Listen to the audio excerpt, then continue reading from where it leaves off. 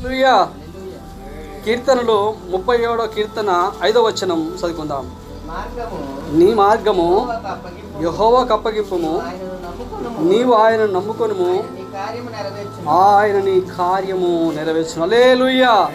దేవుని బిడ్డలారా, నీ మార్గము యెహోవాకు అప్పగింపు, నీవు ఆయనను నమ్ముకొనుము, ఆయన నీ కార్యము నెరవేర్చుగా. దేవుని స్తోత్రం కలుగును గాక.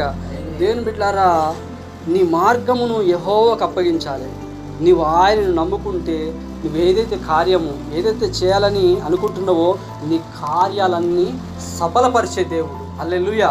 నీకు ఒక ఆలోచన ఉంటుంది కదా, ఒక కార్యము చెయ్యాలి, ఏదో ఒకటి నేను చెయ్యాలి, ఒక కార్యం, ఈ కార్యం నేను చేయాలనుకుంటే ఈ సంవత్సరంలో నేను ఈ కార్యము చేయాలని మీకు ఒక ఆలోచన ఉంటుంది. హల్లెలూయా. ఈ సంవత్సరంలో నేను ఇది చెయ్యాలి, ఈ సంవత్సరంలో నేను నా పిల్లల వివాహం చేయాలి, ఈ సంవత్సరంలో నేను ఒక ఇల్లు కట్టుకోవాలి, ఈ సంవత్సరంలో ఏదో ఒక స్థలంలో ఈ సంవత్సరంలో ఏదో ఒక వ్యాపారం నేను చెయ్యాలి. అలాంటి ఒక ఆలోచన మనకు ఉంటుంది. దేవుని స్తోత్రం కలుగును గాక. అందు గురించి ఇక్కడ చెప్తున్నా ఏమన్నంటే, నీ మార్గము యెహోవాకు అప్పగింపు, నీవు ఆయనను నమ్ముకొనుము, ఆయన నీ కార్యములు నెరవేర్తాడు. దేవుని స్తోత్రం. నీవు ఆయన నమ్ముకోవాలి, నువ్వే నా దేవుడు అని. హల్లెలూయా. నువ్వు నా జీవితంలో ఏదైనా చేయగలవు. హల్లెలూయా.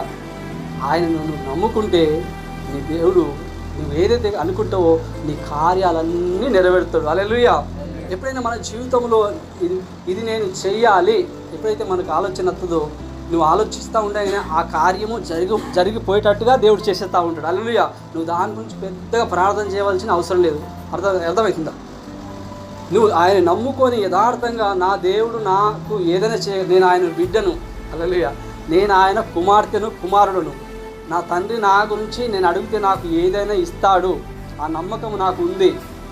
అడగకపోయినా నా గురించి ఆలోచించే నా తండ్రి ఉన్నాడు. హల్లెలూయా. మీరు అడుగు వాటికన్నా ఊహించు వాటికన్నా అత్యధికంగా ఇచ్చే దేవుడు అట. హల్లెలూయా.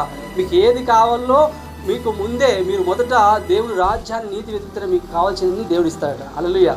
దేవుని బిడ్డలారా, మనం ఇది చెయ్యాలని ఎప్పుడైతే మీరు ఆలోచించుకుంటారో, ఆయన మీద మీరు భారం పట్టి ఆయన మీద ఎప్పుడైతే నమ్ముతారో దేవుడు మీ కార్యాలన్నీ నెరవేరుతాడు. దేవుని స్తోత్రం కలుగును గాక.